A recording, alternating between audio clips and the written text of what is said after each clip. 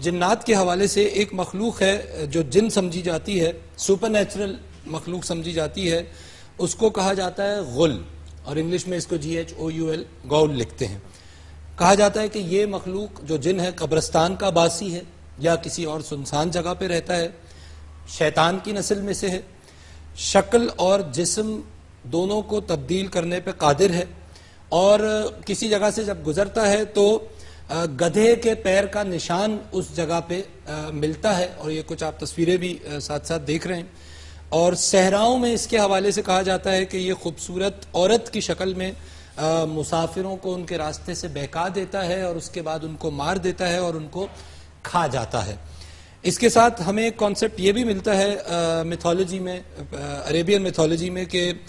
اگر اس غل کو مارنا ہے تو اس کو ایک وار سے مارنا پڑے گا، کیونکہ اگر اس پہ ایک سے زیادہ وار کیا جائے گا تو پہلے سے یہ قریب المرگ ہوگا، لیکن دوسرے وار سے یہ دوبارہ زندہ ہو جائے گا اور پہلے سے زیادہ طاقتور ہو جائے گا۔ تو یہ جب ہم میتھولوجیز کی بات کرتے ہیں تو یہ چیزیں ہمیں ملتی ہیں۔ اس کے علاوہ جس طرح فہد صاحب نے کہا، انگلش یہودیت میں بھی سر گولم کا کانسیپٹ ہے، گولم کا کانسیپٹ ہے، اور وہ یہ کم و بیش یہی ہے۔ انگلش ٹریڈیشن میں بھی ہمیں غل ملتا ہے مختلف ناموں سے، اور وہاں پہ اس کو قبر کھودنے والی مخلوق کہا جاتا ہے، مردہ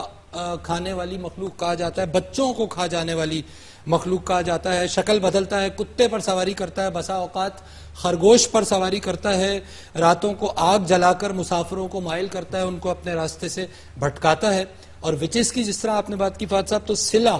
SILA اس کو انگلش میں لکھتے ہیں، یہ بھی ایک مخلوق عربین میتھولوجی میں بھی اور انگلش میتھولوجی میں بھی نظر آتی ہے، جو چڑیل کی ایک شکل ہے لیکن وہ اپنی شکل تبدیل نہیں کر سکتا۔ یہ perhaps there is a major difference between غل and سلا۔ اور یہ بلیوز میتھولوجی میں ہمیں صرف عرب میں نہیں ملتے، لیکن ہمیں پرانے زمانے میں اگر ہم جائیں تو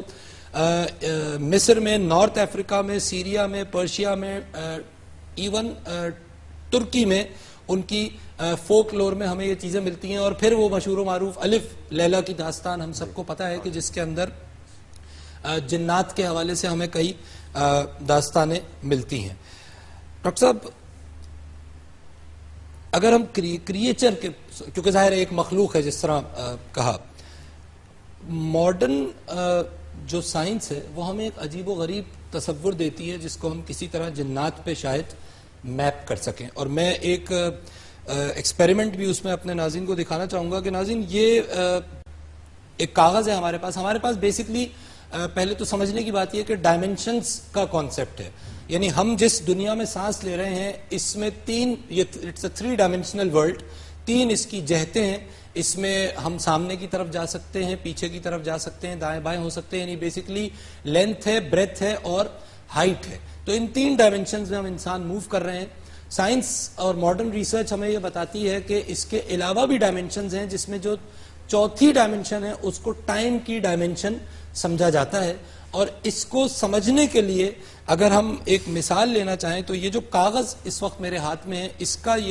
کی جو سطح ہے اور اس کا جو سرفیس ہے، یہ سرفیس ایک 2 ڈائمنشنل چیز ہے، یعنی اس میں ہائٹ نہیں ہے، اس میں اونچائی کا پہلو نہیں ہے، اس کی لمبائی ہے اور اس کی چوڑائی ہے، اس سرفیس کی بات ہو رہی ہے۔ اور اگر میں کہوں کہ یہ جو میرا قلم ہے یہ 3rd ڈائمنشن میں اس سے باہر ہے، تو اگر اس کاغذ کے اوپر کوئی مخلوق زندہ ہے تو وہ مخلوق اس قلم کو نہیں دیکھ سکتی، کیونکہ یہ اس کاغذ کی ڈائمنشن سے باہر ہے، ایک تیسری ڈائمنشن آکیوپائی کر رہا ہے جو ہائٹ کی ہے۔ جس وقت میں اس